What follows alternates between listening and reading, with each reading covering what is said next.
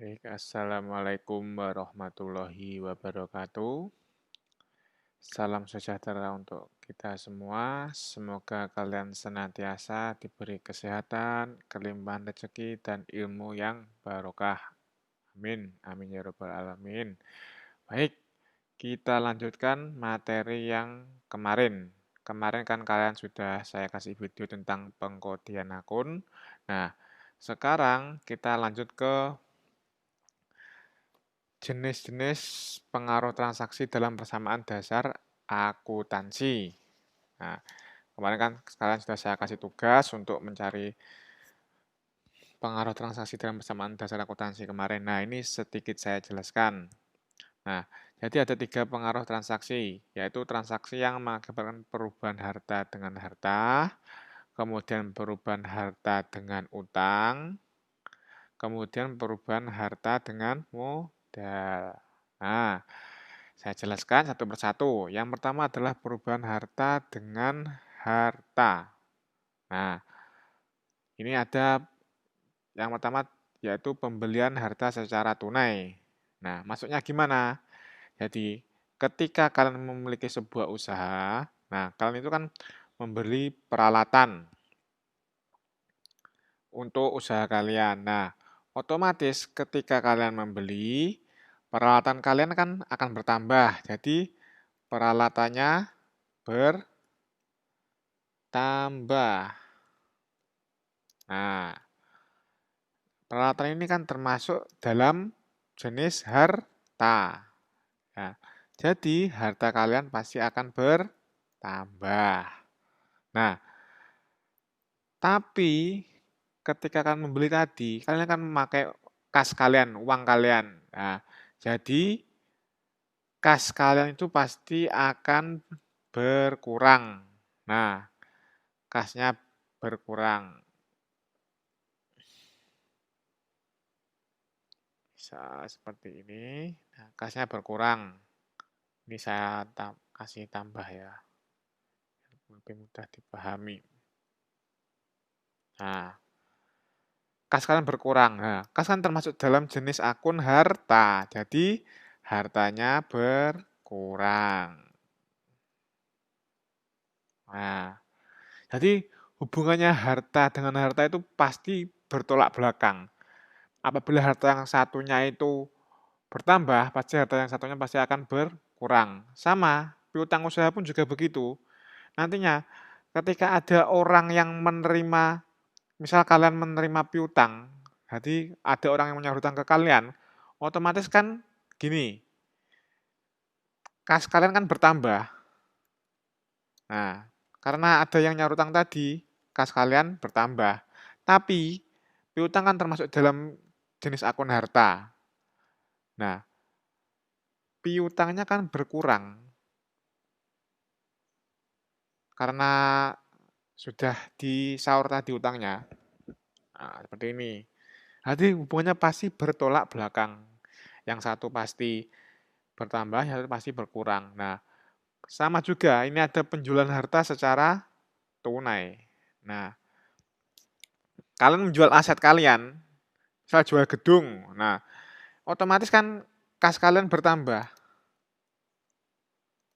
Nah, karena hasil penjualan tadi kan kasnya bertambah, tapi gedungnya kan hilang. Jadi harta berupa gedung kan berkurang. Nah, gini, jadi hubungannya pasti bertolak belakang. Kita lanjutkan. Baik, selanjutnya tentang transaksi yang mengakibatkan perubahan harta dengan utang. Nah, kalau tadi kan hubungannya searah. Maksudnya ketika, maaf, tadi hubungannya kan bertolak belakang. Ketika salah satu hartanya berkurang, pasti salah satunya bertambah. Atau sebaliknya. Nah, kalau ini searah. Jadi, apabila hartanya bertambah, utangnya juga akan bertambah. Nah, transaksinya apa saja yang mengakibatkan perubahan harta dengan utang? Nah, yang pertama ada perubahan harta pembelian harta secara kredit. Nah, misal membeli perlengkapan kantor tapi hutang, jadi secara kredit. Ya, peralatan kantor secara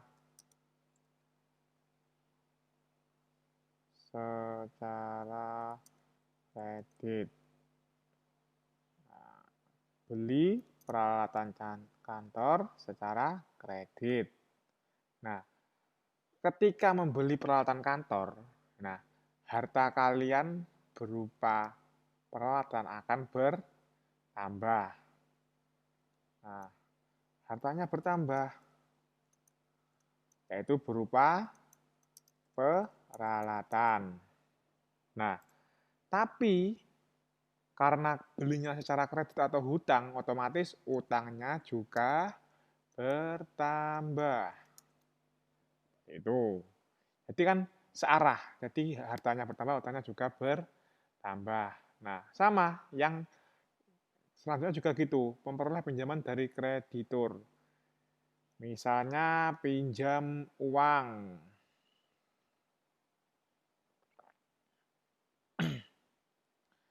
Jadi meminjam uang dari bank untuk tambahan modal di bank. Nah, harta kalian akan bertambah. Hartanya berupa apa? Berupa kas. Jadi kas kalian akan bertambah. Kasnya akan bertambah. Nah, ini kasnya akan bertambah. Tapi karena kalian pinjam uangnya dari bank, otomatis utangnya juga bertambah. Nah, itu dan membayar utang usaha. Nah, saat kalian minjam uang dari bank tadi, otomatis kan kalian harus membayarnya. Nah, ketika kalian bayar pinjaman dari bank, bayar pinjaman bank gini ya. Nah, ketika kalian bayar, otomatis harta kalian kan akan berkurang. Nah, kenapa kok berkurang? Kan untuk membayar pinjaman di bank kan pakai uang kas, otomatis kasnya kan berkurang. Nah, kas kan termasuk jenis akun harta. Nah, tapi utang kalian juga akan berkurang. Seperti itu. Jadi hubungannya searah. Kita lanjutkan. Nah, selanjutnya adalah transaksi yang mengakibatkan perubahan harta dengan modal. Nah, ini sama. Jadi searah ini nanti. Misal, kalian punya uang 10 juta. Nah, kalian investasikan untuk usaha kalian. Jadi, investasi modal, misal. Investasi modal. Nah, otomatis kan harta kalian akan bertambah. Hartanya berupa apa? Berupa kas. Karena kalian berinvestasi, kasnya bertambah. Nah, ketika kas kalian bertambah, jadi modal kalian juga akan bertambah. Karena kalian tadi kan menginvestasikan tadi, jadi modalnya bertambah.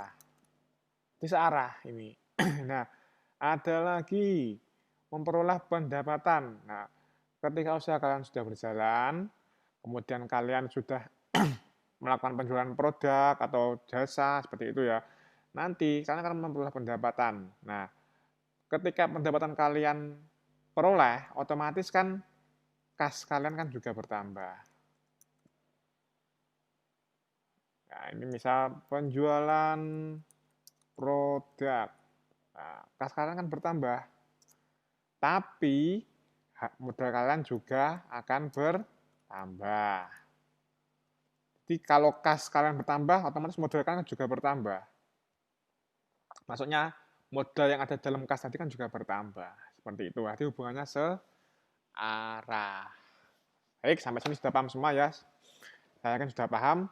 Kita lanjutkan sedikit tentang pencatatan transaksi pada persamaan dasar akuntansi. Nah, jadi seperti tadi. Jadi 3 jenis transaksi tadi masuknya nanti di sini. Nah, yang pertama tentang penyetoran modal. Nah, ketika Dewi menyetor uang ke perusahaan sebesar 150 juta. Nah, kan tadi hubungannya antara harta ini dan modal adalah searah. Jadi kalau hartanya bertambah, modalnya juga akan bertambah. Nah, jadi kan konsepnya kemarin kan harta sama dengan modal ditambah utang. Nah, ketika Dewi menyetor modal, modalnya bertambah ini. Dan hartanya juga bertambah sebesar 150 juta. Ini kenapa 150 juta? Karena ini nolnya kan dihilangin 3. Biar tidak kedawan intinya. Nah, kemudian pembayaran sewa. Nah, untuk membayar sewa, Dewi menyewa ruko sebesar 35 juta. Nah, ini kan masuk sewa dibayar di muka.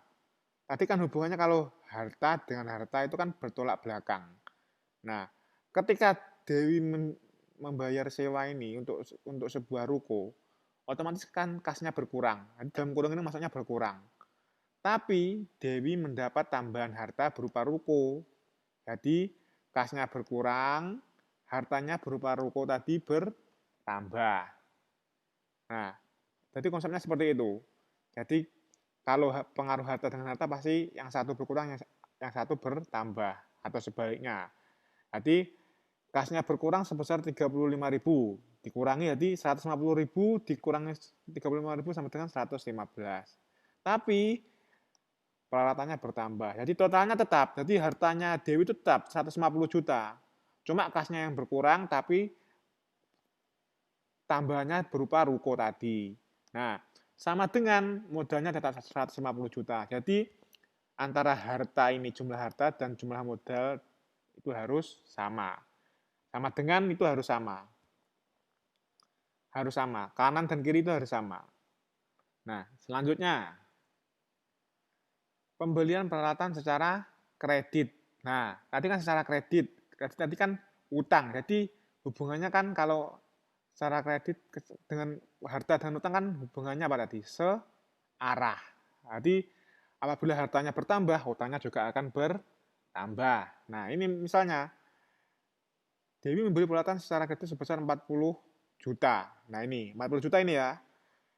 Hartanya kan bertambah 40 juta. Karena peralatannya kan bertambah. Tapi karena belinya secara kredit, otomatis utangnya juga bertambah. Nah, jadi totalnya berapa? 115 tambah 35.000 tambah 40.000, totalnya kan ini tadi kan kasnya. Kasnya kan kenapa berkurang tadi karena sewa gedung tadi, sewa ruko. Ini tapi tetap masuk di harta. Nah, kemudian dia beli peralatan. Totalnya kan 190 juta. Sama dengan jadi 190. Jadi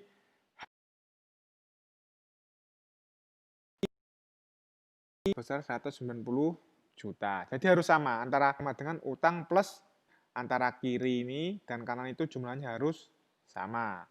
Beli, ini kan hubungannya dia beli perlengkapan, hartanya bertambah. Tapi karena beli, otomatis kasnya berkurang. Kan bertolak belakang, loh, seperti yang dijelaskan dalam transaksi tadi. Jadi, untuk membeli dia harus mengeluarkan kas sebesar 12 juta. Tapi dia akan mendapatkan sebuah perlengkapan. Nah, jadi kasnya berkurang menjadi 103, perlengkapannya 12 juta. Baik, sekian. Terima kasih.